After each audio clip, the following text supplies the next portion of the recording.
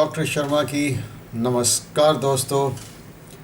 आज हम चर्चा करते हैं उस सच्चाई की जो आना ही है, यानी कि बुढ़ापा। पुराने ज़माने में लोग तो वानप्रस्थ आश्रम में चले जाया करते थे, परंतु आजकल तो ये संभव नहीं है। हमें परिवार के साथ रहना है और अपना ध्यान भी रखना है। जैसे हम बचपन में यंग एज में तैयारी करते हैं कि हमारी लाइफस्टाइल आगे कैसी हो, हम किस तरह से अच्छी ज़िंदगी जी सकते हैं, उसकी हम तैयारी करते हैं, उसी तरह कायदे से बुढ़ापे की तैयारी भी शुरू से ही करनी चाहिए। परंतु कभी देर नहीं हुई, जब भी नींद खुले शुरू हो जाइए। अब भी हम सब कुछ कर सकते हैं। आइए अब बात करते हैं कि अच्छा बुढ़ापा कैसे बिताया जाए। पहली बात दोस्तों, एक्सरसाइज शुरू से करते हैं तो बहुत अच्छी बात है, नहीं तो देर कभी भी नहीं हुई, अब भी शुरू हो जाइए। जो लेटे हुए हैं वो बैठ सकते हैं, जो बैठ सकते हैं वो चल सकते हैं। एक्सरसाइज लेटे लेटे भी की जा सकती है। अगर आप वॉक करते हैं, जाते हैं, तो उसे धीरे धीरे बढ़ाइए, हल्के वेट्स भी करिए। इससे आपकी मांसपेशियां, मसल्स स्ट्रांग रहेंगे और उसकी वजह से फिर जोड़ मजबूत रहते हैं और आपकी हड्डियां भी मजबूत रहती हैं। और एक्सरसाइज करने से आपको बहुत तरह की बीमारियां नहीं होती। आप अपने लायक रहेंगे और उम्मीद है कि आपकी चारपाई पकड़ने की उम्मीद कम हो जाएगी। अपने लायक रहेंगे तो हमेशा आत्मविश्वास भी बना रहेगा। दूसरी बात है कि अपनी डाइट का, अपने खाने पीने का हमेशा ख्याल रखिए। अगर डाइट में, खाने में प्रोटीन्स कम हैं तो उसका सप्लीमेंट लीजिए। हमेशा नट्स यानी कि बादाम, अखरोट, दूसरे बीज हमेशा खाते रहिए। इसके अलावा विटामिन्स, कैल्शियम वगैरह के सप्लीमेंट लेना भी अच्छा रहेगा। दूध हल्दी वाला या सौंठ डाल के या दोनों मिला के पीना, उससे भी इम्यूनिटी बनी रहती है। उस चीज़ का ध्यान रखिए।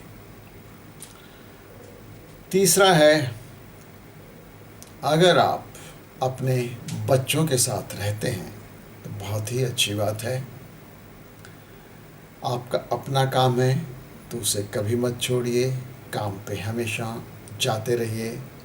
अपने बच्चों को अपना तजुर्बा सिखाइए, पर दूसरी तरफ उनके जो नए विचार हैं उनको भी सुनिए। ये नहीं कि अपनी ही चलाते रहिए, नई पीढ़ी की बातें भी सुननी चाहिए, समझनी चाहिए। अगर आप नौकरी से रिटायर हुए हैं तो घर में जितना हो सके खुशी खुशी काम में हाथ बटाइए। इससे बाकी सबको तो अच्छा लगेगा ही, आपको भी अच्छा लगेगा, आपका टाइम पास होगा और आपका आत्मविश्वास बना रहेगा।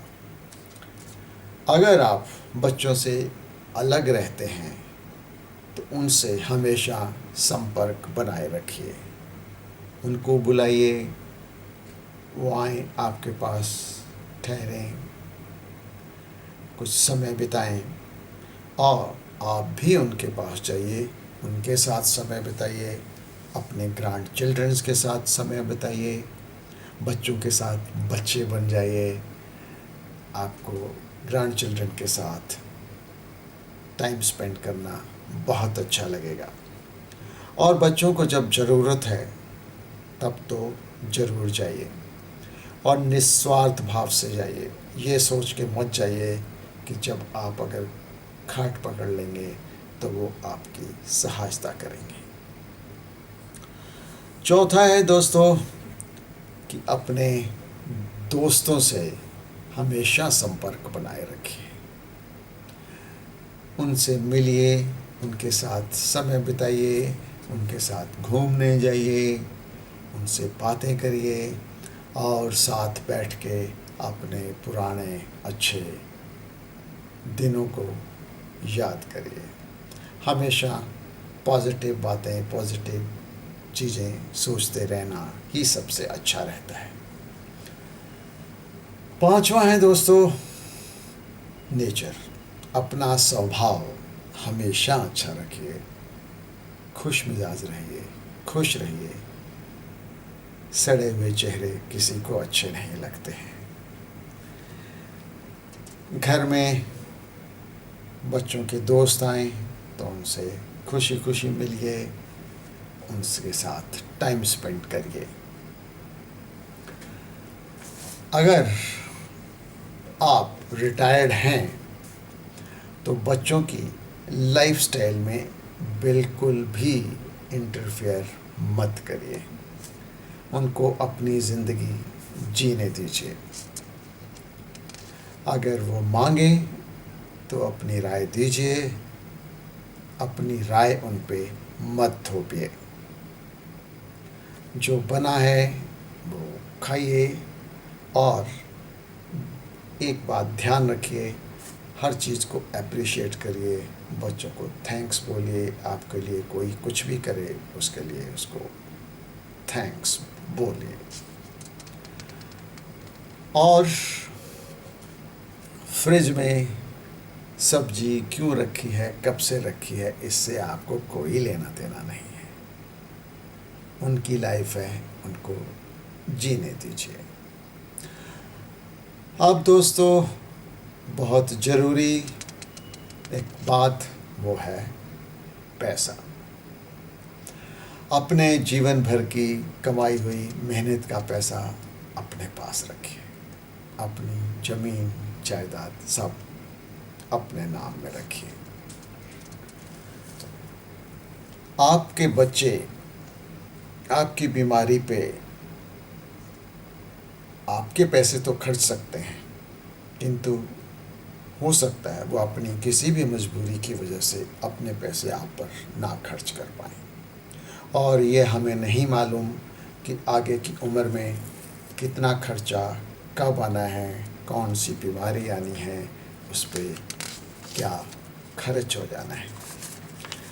तो इसलिए अपने पैसे का ध्यान रखिए। उसके अलावा अपना पैसा अपने पे खर्च कीजिए। अपने खाने पीने पहनने पे, अपने शौक़ पूरे करने पे समझौता मत करिए। ये सोचना बिल्कुल गलत है कि अब पता नहीं कितने साल रह गए हैं, डेंचर पे भी ज़्यादा पैसे क्यों खर्च करूं। गलत सोच है। आपने ज़िंदगी भर मेहनत करके कमाया है, उसे अपने आप पे खर्च करते रहिए, किंतु अपने बच्चों को और अपने ग्रैंड चिल्ड्रंस को हमेशा कुछ ना कुछ गिफ्ट्स देते रहिए। और बच्चों के साथ जो बच्चों के साथ सॉरी ग्रैंड चिल्ड्रंस के साथ अच्छा समय, खूब समय बिताइए। ये सोचकर ये पैसे अपने मत जोड़ते रहिए कि मैं कुछ अपने ग्रैंड चिल्ड्रन के लिए भी जोड़ जाऊं। देखिए, पैसे तो, खजाने तो राजे महाराजाओं के भी ख़त्म हो जाते हैं। आपका कर्तव्य आपके बच्चों को पढ़ाना अपने लायक करना है। आपके बच्चों के बच्चे आपके बच्चे पालेंगे, वो आपका नहीं है। और याद रखिए, आपके मरने के बाद आपकी एक तस्वीर ज़रूर लग जाएगी, किंतु हो सकता है अगली सफ़ेदी में वो म्यानी में रखी जाए। यही जीवन की सच्चाई है, उसे मान के चलिए।